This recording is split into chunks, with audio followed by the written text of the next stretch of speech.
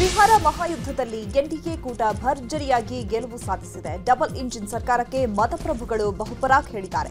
200ಕ್ಕೂ ಹೆಚ್ಚು ಕ್ಷೇತ್ರಗಳಲ್ಲಿ ಎನ್ಡಿಎ ಭರ್ಜರಿ ಗೆಲುವು ಸಾಧಿಸಿದ್ದು ಬಿಜೆಪಿ 91 ಸ್ಥಾನಗಳಲ್ಲಿ ಮುನ್ನಡೆ ಸಾಧಿಸಿದೆ. ಇನ್ನು ಜೆಡಿಯು 83 ಸ್ಥಾನಗಳಲ್ಲಿ ಮುನ್ನಡೆ ಸಾಧಿಸಿದ್ದು ಎಲ್ಜೆಪಿ 33 ಸ್ಥಾನಗಳಲ್ಲಿ ಮುನ್ನಡೆ ಸಾಧಿಸಿದೆ. ಇನ್ನು ಐಎನ್ಡಿಐ ಒಕ್ಕೂಟ 33 ಸ್ಥಾನಗಳಲ್ಲಿ ಮುನ್ನಡೆ ಸಾಧಿಸಿದ್ದು 25 ಸ್ಥಾನಗಳಲ್ಲಿ ಆರ್ಜೆಡಿ 25 ಹಾಗೆ ಕಾಂಗ್ರೆಸ್ 4 ಸ್ಥಾನಗಳಲ್ಲಿ ಮುನ್ನಡೆಯನ್ನು ಸಾಧಿಸಿದೆ. ಬಿಹಾರದಲ್ಲಿ ಜೀವಿಕಾ ದೀದಿ ಯೋಜನೆ ಭಾರೀ ಕಮಾಲ್ ಮಾಡಿದೆ.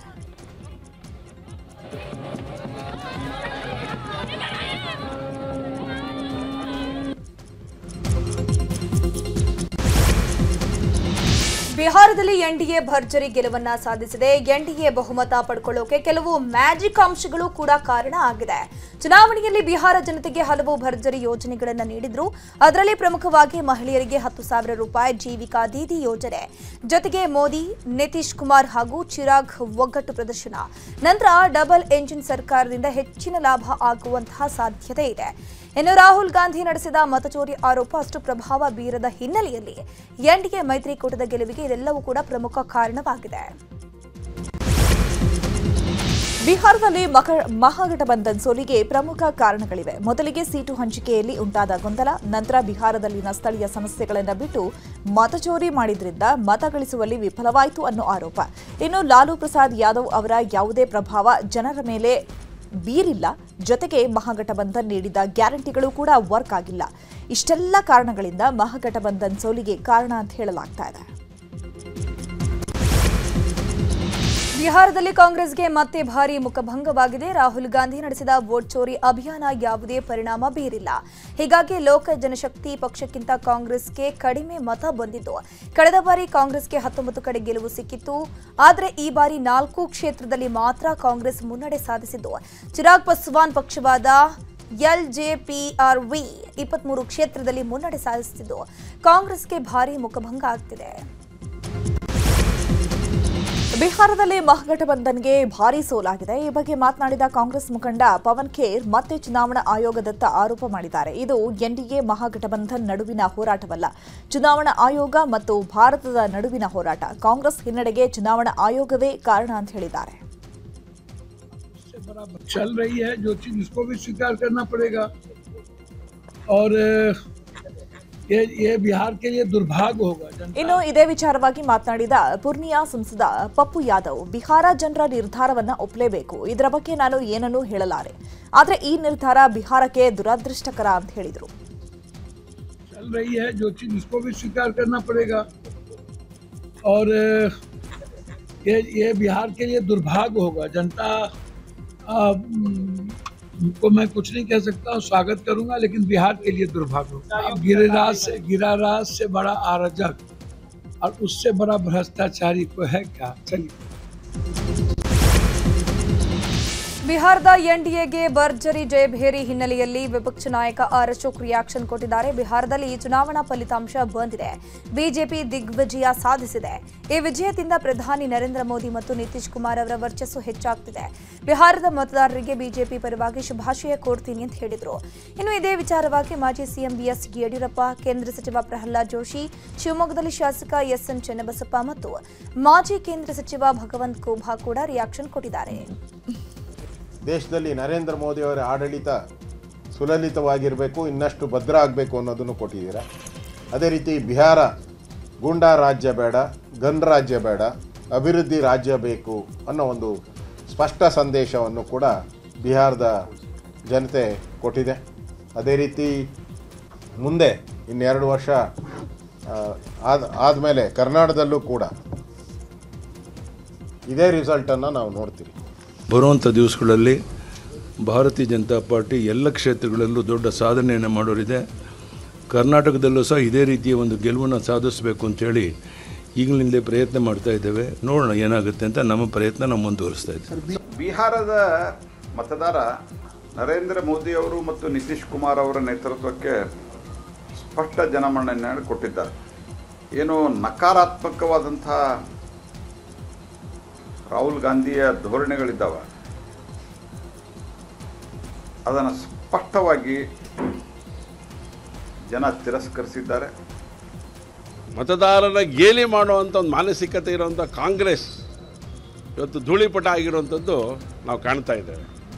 ಇವತ್ತು ಮಕ್ಕಳ ದಿನಾಚರಣೆ, ಚುನಾವಣಾ ಆಯೋಗವನ್ನು ಮನ ಬಂದಂತೆ ಮಕ್ಕಳಿಗಾದರೂ ಅರ್ಥ ಆಗತ್ತೆ, ಮಕ್ಕಳಿಗೂ ಅಪಮಾನ ಆಗೋ ರೀತಿ ಒಳಗಡೆ ರಾಹುಲ್ ಗಾಂಧಿ ನಡ್ಕೊಂಡಂಥ ಪರಿಣಾಮ ಇವತ್ತು ಬಿಹಾರದ ಚುನಾವಣೆಯ ಫಲಿತಾಂಶ ಹೊರಗಡೆ ಬಂದಿದೆ. ಬಿಹಾರದ ಎಲ್ಲ ಭಾರತೀಯ ಜನತಾ ಪಾರ್ಟಿಯ, ವಿಶೇಷವಾಗಿ NDAಯ ಎಲ್ಲ ಕಾರ್ಯಕರ್ತರಿಗೆ, ಎಲ್ಲ ನಮ್ಮ ನಾಯಕರಿಗೆ ಹಾರ್ದಿಕವಾದಂಥ ಅಭಿನಂದನೆಗಳನ್ನು, ಕೃತಜ್ಞತೆಗಳನ್ನು ನಾನು ಸಲ್ಲಿಸ್ತೇನೆ. ಇವತ್ತು ಸುಮಾರು 191ಕ್ಕೂ ಹೆಚ್ಚು ವಿಧಾನಸಭೆಯಲ್ಲಿ ಸ್ಥಾನಗಳ ಗೆಲ್ಲುವ ಮೂಲಕ ಕಾಂಗ್ರೆಸ್ಸು RJD ಮಹಾಗಠಬಂಧನಕ್ಕೆ ಒಂದು ಕಪಾಳ ಮೋಕ್ಷೆಯ ರೀತಿಯಲ್ಲಿ ಇವತ್ತು ಫಲಿತಾಂಶವನ್ನು ಬಂದಿದೆ.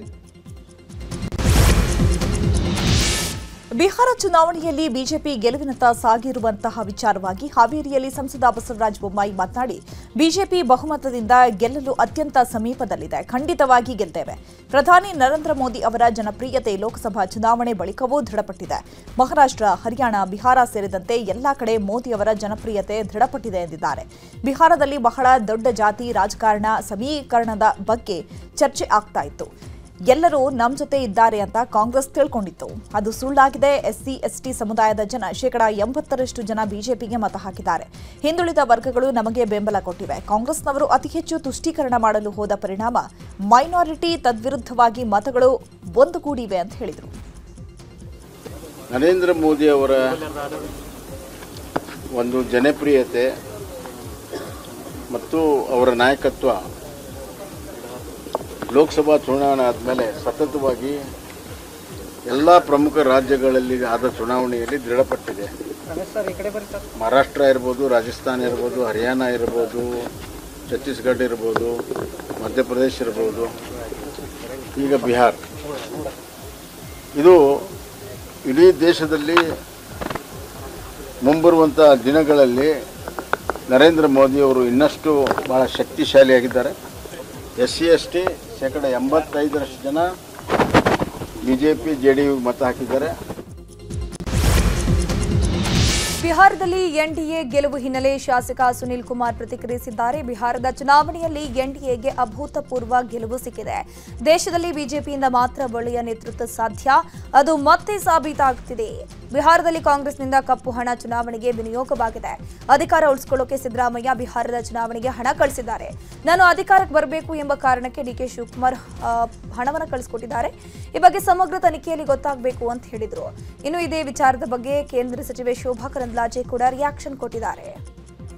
ಕಾಂಗ್ರೆಸ್ನಿಂದ ಬಹಳ ದೊಡ್ಡ ಪ್ರಮಾಣದಲ್ಲಿ ಕಪ್ಪು ಹಣ ಬಿಹಾರಿಗೆ ಹೋಗಿದ್ದು, ತಾನು ಅಧಿಕಾರವನ್ನು ಉಳಿಸಿಕೊಳ್ಳಬೇಕು ಅನ್ನುವ ಕಾರಣಕ್ಕೆ ಸಿದ್ದರಾಮಯ್ಯನವರು ಪ್ರತ್ಯೇಕವಾಗಿ ಬಿಹಾರದ ಚುನಾವಣೆಗೆ ಹಣವನ್ನು ಕಳಿಸಿದ್ದು, ನಾನು ಅಧಿಕಾರಕ್ಕೆ ಬರಬೇಕು ಅನ್ನುವ ಕಾರಣಕ್ಕೆ DK ಶಿವಕುಮಾರ್ ಅವರು ಬಿಹಾರದ ಚುನಾವಣೆಗೆ ಹಣವನ್ನು ಕಳಿಸಿದ್ದು, ಇವೆಲ್ಲವೂ ಕೂಡ ಇನ್ನು ತನಿಖೆಗಳಲ್ಲಿ ಗೊತ್ತಾಗಬೇಕಾಗಿದೆ.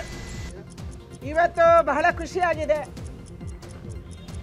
ಮತ್ತೊಂದ್ಸಾರಿ ಮೋದಿ ಡಬಲ್ ಇಂಜಿನ್ ಸರ್ಕಾರಕ್ಕೆ ಜಯ ಸಿಕ್ಕಿದೆ. ಹಿಂದೆ ಎಂದಿಗಿಂತಲೂ ದೊಡ್ಡ ಜಯವನ್ನ ಭಾರತೀಯ ಜನತಾ ಪಾರ್ಟಿ ಮತ್ತು ನಿತೀಶ್ ಕುಮಾರ್ ಅವರ ಪಾರ್ಟಿ JDUಗೆ ಬಿಹಾರದ ಜನ ಆಶೀರ್ವಾದ ಮಾಡಿದ್ದಾರೆ. ಪ್ರಧಾನಿ ನರೇಂದ್ರ ಮೋದಿ ಅವರನ್ನ, ಅಮಿತ್ ಶಾ ಅವರನ್ನ, ನಡ್ಡಾ ಅವರನ್ನ ಮತ್ತು ನಿತೀಶ್ ಕುಮಾರ್ ಅವರನ್ನ ನಾನು ಅಭಿನಂದಿಸ್ತೀನಿ. ನಮ್ಮ ಪಾರ್ಟಿ ಅಭಿನಂದಿಸ್ತಾ ಇದೆ. ಬಹಳ ಖುಷಿಯಾಗಿದೆ. ಬಿಹಾರದಲ್ಲಿ NDA ಕಮಾಲ್ ಮಾಡಿದೆ. ಈ ಹಿನ್ನೆಲೆ ಮಾಧ್ಯಮಗಳಿಗೆ ಪ್ರತಿಕ್ರಿಯಿಸಿದ ಸಿಎಂ ಸಿದ್ದರಾಮಯ್ಯ, ಜನರು ಕೊಟ್ಟ ತೀರ್ಪು ಒಪ್ಪಬೇಕು. ನಾನು ಬಿಹಾರಕ್ಕೆ ಹೋಗಿರಲಿಲ್ಲ, ಯಾಕೆ ಹಿನ್ನಡೆ ಆಗಿದೆ ಗೊತ್ತಿಲ್ಲ. NDA ಯಾಕೆ ಇಷ್ಟು ದೊಡ್ಡ ಬಹುಮತದಲ್ಲಿ ಗೆದ್ದಿದೆ ಗೊತ್ತಿಲ್ಲ. ಬಿಜೆಪಿಯವರು ಬಿಜೆಪಿಯಲ್ಲಿ ಮಾತ್ರವಲ್ಲ ರಾಜ್ಯದಲ್ಲೂ ಓಟ್ ಚೋರಿ ಮಾಡಿದ್ದಾರೆ ಅಂತ ಕಿಡಿಕಾರಿದ್ರು. ಇನ್ನು ಇದೇ ವಿಚಾರವಾಗಿ ಮಾತನಾಡಿದ DCM DKಶಿ, ಬಿಹಾರ ಮತದಾರರ ತೀರ್ಪಿಗೆ ನಾವೆಲ್ಲರೂ ತಲೆಬಾಗ್ತೀವಿ ಎಂದಿದ್ದಾರೆ. ಇದೇ ವೇಳೆ ರಾಜ್ಯಸಭಾ ಸದಸ್ಯ JC ಚಂದ್ರಶೇಖರ್, ಕಾಂಗ್ರೆಸ್ ನಾಯಕ ಸಲೀಂ ಅಹಮದ್, ಶಿವರಾಜ್ ತಂಗಡಗಿ ಕೂಡ ರಿಯಾಕ್ಷನ್ ಕೊಟ್ಟಿದ್ದಾರೆ. ಜನ ಕೊಟ್ಟಂತ ತೀರ್ಪನ್ನು ಒಪ್ಕೋಬೇಕಲ್ಲ. ಯಾಕೆ ಹಿನ್ನಡೆಯಾಗಿದೆ ಏನು ಅಂತ ಗೊತ್ತಿಲ್ಲ, ಯಾರು ಓಟ್ ಹಾಕಿಲ್ಲ ಏನು, ಯಾಕೆ NDA ಇಷ್ಟೊಂದು ದೊಡ್ಡ ಬಹುಮತದಲ್ಲಿ ಗೆದ್ದಿದೆ ಅನ್ನೋದು ಗೊತ್ತಿಲ್ಲ. ಬಿಹಾರ್ ಎಲೆಕ್ಷನ್ ಏನೇ ಮತದಾರರ ತೀರ್ಪನ್ನು ಕೊಟ್ಟಿದ್ದಾರೆ, ಆ ತೀರ್ಪಿಗೆ ನಾವು ತಲೆಬಾಗ್ತೇವೆ. ಬಿಹಾರ್ ಎಲೆಕ್ಷನ್ ಏನೇ ಮತದಾರರ ತೀರ್ಪನ್ನು ಕೊಟ್ಟಿದ್ದಾರೆ. ಆ ತೀರ್ಪಿಗೆ ನಾವು ತಲೆಬಾಗ್ತೇವೆ. ವೋಟ್ ಚೋರಿಂದನೇ ಗೆದ್ದಿರೋದು. ಸಮೀಕ್ಷೆಗಳು ಮುಂಚೆ ಚುನಾವಣೆಗಿಂತ ಮುಂಚೆ ಯಾರ್ಯಾಕೆ ಮಾಡೋದು? ಕಾಂಗ್ರೆಸ್ ಗೆದ್ದಿರೋ ಕಡೆ ಮಾಡಿ ಎಲ್ಲಿ 3,000, 4,000, 5,000 ಗೆದ್ದಿದ್ದಂತ 60 ಕಾನ್ಸ್ಟಿಟ್ಯೂನ್ಸಿಗಳಿದ್ವು. ಅಲ್ಲಿ ಬದಲಾವಣೆ ಆಗಿದೆ. ಅಲ್ಲಿ ನೋಡಿ ನೀವು ಎಲೆಕ್ಷನ್ ಕಮಿಷನ್ ಅವ್ರದ್ದು SIR ತೆಗೆದು ನೋಡಿ ಎಷ್ಟು ವೋಟ್ನ ಡಿಲೀಟ್ ಮಾಡಿದ್ದಾರೆ ಅಂತ. ಅದು ಮಾಡಿದ್ಮೇಲೆ ಹೇಗೆ ಅದು ಗೆಲ್ಲೋದಕ್ಕೆ ಸಾಧ್ಯ ಹೇಳಿ ನೋಡೋಣ. ಅದು ಇವತ್ತಿನ ರಿಸಲ್ಟ್ ನೋಡಿದ್ರೆ ಎಲ್ಲೋ ಒಂದ್ ಕಡೆ ಕೆಲವು ಕಾರಣದ ಕೈಗಳು ಕೆಲಸ ಮಾಡಿದ್ಯಾ ಅಂತ ಆಗ್ತಾ ಇದೆ. ನಾವು ಎಲೆಕ್ಷನ್ ಕಮಿಷನ್ಗೆ ಸಾಕಷ್ಟು ಪ್ರಶ್ನೆಗಳು ಕೇಳಿದ್ವಿ. ಇಲ್ಲಿವರೆಗೂ ಒಂದೇ ಒಂದು ಉತ್ತರ ಕೊಟ್ಟಿಲ್ಲ. ಏನು ಕೇಳಿದ್ರು ಅಫಿಡೇವಿಟ್ ಕೊಡಿ ಅಂತ ಹೇಳಂತ. ನಿಮ್ಮ ಕರ್ತವ್ಯ, ನಿಮ್ಮ ಜವಾಬ್ದಾರಿ ನಿಲ್ಲಿಸ್ಕೊಳ್ಳೋಕ್ಕೆ ಅವರು ವಿಫಲರಾಗಿದ್ದಾರೆ. ಎಲೆಕ್ಷನ್ ಕಮಿಷನ್ ಆಗಿ ಉಳಿದಿಲ್ಲ, ಬಿಜೆಪಿ ಕಮಿಷನ್ ಆಗಿಬಿಟ್ಟಿದೆ. ಜನರ ತೀರ್ಪನ್ನ ಸ್ವೀಕಾರವನ್ನ ಮಾಡಲೇಬೇಕು, ಮಾಡ್ತೀವಿ. ವೋಟ್ ಚೋರಿ ಮಾಡಲಾರ್ದ ಅವ್ರು ಗೆಲ್ಲಕ್ಕೆ ಸಾಧ್ಯನೇ ಇಲ್ಲ. ಜನರ ತೀರ್ಪನ್ನ ಸ್ವೀಕಾರವನ್ನ ಮಾಡಲೇಬೇಕು, ಮಾಡ್ತೀವಿ. ವೋಟ್ ಚೋರಿ ಮಾಡಲಾರ್ದ ಅವ್ರು ಗೆಲ್ಲಕ್ಕೆ ಸಾಧ್ಯನೇ ಇಲ್ಲ. ಬಿಹಾರ ಫಲಿತಾಂಶದ ಕುರಿತು ಮಾತನಾಡಿದ ಕಾಂಗ್ರೆಸ್ನ ನಾಯಕ ಬಿಕೆ ಹರಿಪ್ರಸಾದ್, ಬಿಹಾರ ಸೋಲಿನ ಬಗ್ಗೆ ವಿಮರ್ಶೆ ಮಾಡ್ತೀವಿ. ಎಲೆಕ್ಷನ್ಗಳಲ್ಲಿ ಬಿಜೆಪಿಯಿಂದ ವೋಟ್ ಚೋರಿ ಆಗ್ತಾ ಇದೆ. ಒಂದು ಟೀಮ್ಗೆ ನಾಯಕ ಇಡ್ತಾನೆ, ಆದರೆ ಅಂಪೈರ್ ಮೋಸ ಮಾಡಿದ್ರೆ ಏನಾಗುತ್ತೆ? ಅಂಪೈರ್ ಮೋಸ ಮಾಡಿದ್ರೆ ಪರೋಕ್ಷವಾಗಿ ಚುನಾವಣಾ ಆಯೋಗದ ವಿರುದ್ಧ ಹರಿಪ್ರಸಾದ್ ಹೀಗಂತ ವಾಗ್ದಾಳಿ ನಡೆಸಿದ್ರು. ಚಲಾವಣೆ ಮಾಡಬಾರದು, ಯಾರ ಭಾರತೀಯ ಜನತಾ ಪಾರ್ಟಿ NDA ವಿರುದ್ಧ ಇದ್ದಾರೆ ಅವರು ಮತ ಚಲಾವಣೆ ಮಾಡಬಾರದು ಅನ್ನೋ ಮೂಲ ಉದ್ದೇಶದಿಂದವೇ ಇವರು 65 ಲಕ್ಷ ಜನಗಳನ್ನ ಮತದಾರರ ಪಟ್ಟಿಯಿಂದ ಕೈಬಿಟ್ಟಿರ್ತಕ್ಕಂಥದ್ದು. ಆದ್ರಿಂದ ಎಲೆಕ್ಷನ್ ಕಮಿಷನ್ ಅದ್ಭುತವಾದ ಸಾಧನೆ ಮಾಡಿದ್ದಾರೆ, ಅವರಿಗೆ ಅಭಿನಂದನೆಗಳು. ಮತ ಚಲಾವಣೆ ಮಾಡಬಾರದು, ಯಾರ ಭಾರತೀಯ ಜನತಾ ಪಾರ್ಟಿ.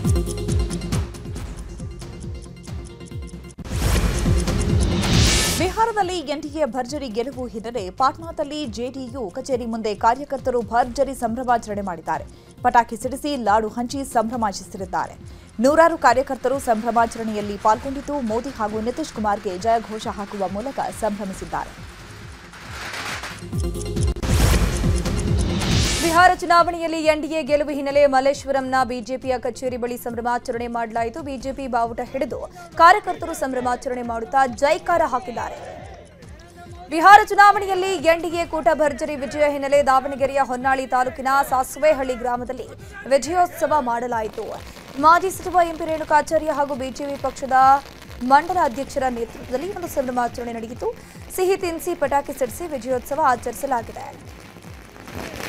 ಮೈಸೂರಲ್ಲೂ ಬಿಜೆಪಿಯ ಕಾರ್ಯಕರ್ತರು ಸಂಭ್ರಮಾಚರಣೆ ಮಾಡಿದ್ರು. ಬಿಜೆಪಿ ಕಚೇರಿ ಮುಂಭಾಗ ಪಟಾಕಿ ಸಿಡಿಸಿ ಸಿಹಿ ಹಂಚಿ ಸಂಭ್ರಮಾಚರಣೆ ಮಾಡಲಾಯಿತು. ಬಳಿಕ ಮೋದಿ ಮೋದಿ ಅಂತ ಕಾರ್ಯಕರ್ತರು ಘೋಷಣೆ ಕೂಗಿದ್ದಾರೆ.